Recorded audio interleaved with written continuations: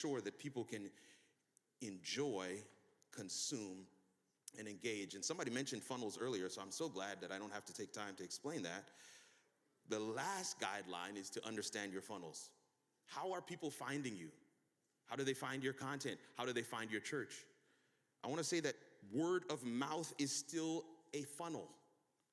Word of mouth is probably still a number one funnel. But how do you get people to talk about your content? How do you get people to talk about your church?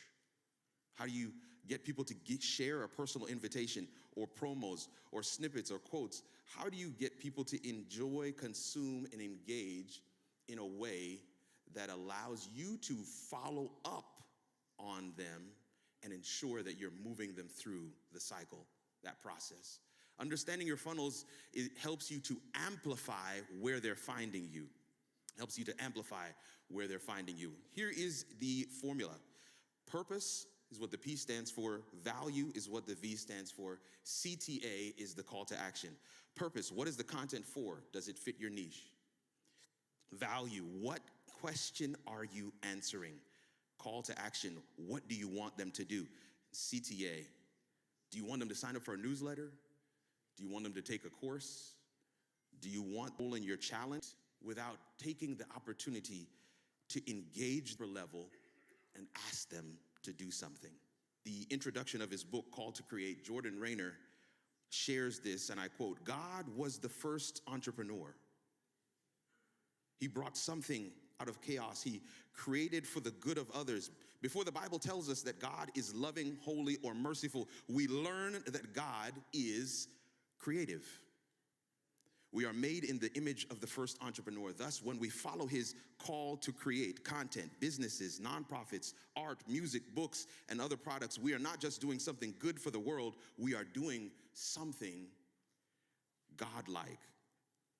I was on Clubhouse, and I know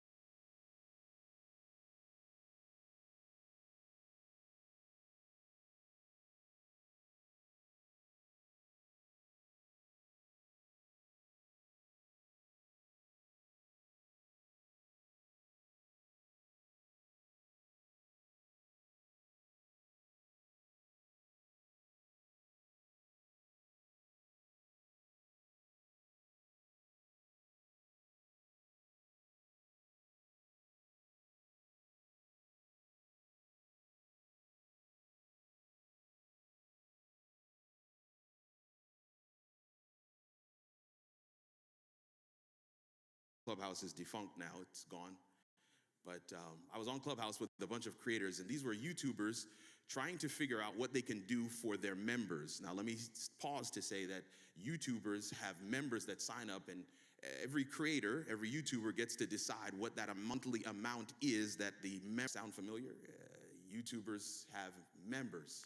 YouTubers have members, and those members actually pay the creator for the content that they provide. And in this Clubhouse room, we were talking about ways to engage their members at a deeper level.